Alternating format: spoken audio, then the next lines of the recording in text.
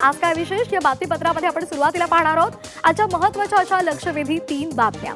तर पहिली लक्षवेधी बातमी आहे शिवसेना युबीटीचे पक्षप्रमुख उद्धव ठाकरे यांच्यासह विधान परिषदेच्या 9 आमदारांचा कार्यकाळ हा लवकरच संपणार आहे। ठाकरे पुन्हा विधान परिषदेवर जातील का या संदर्भातली उत्सुकता सर्वांनाच लागलेली आहे। विधान परिषदेच्या निवडणुकीमध्ये भाजप महायुतीला बहुतांश जागा मिळतील असं चित्र आहे।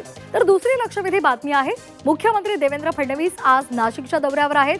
फडणवीस आगामी सिंहस्थ कुंभमेळ्याच्या पार्श्वभूमीवर ओझर विमानतळाच्या विस्तारीकरणाचं भूमिपूजन करणार आहेत। फडणवीस यांच्यासोबतच शिवेंद्रराजे भोसले गिरीश महाजन उपस्थित राहतील। तर तिसरी महत्त्वाची आणि मोठी बातमी आहे आज संत गजानन महाराजांचा 148वा प्रकट दिन आहे आणि या निमित्तानं लाखो भाविक शेगाव नगरीमध्ये दाखल झालेत।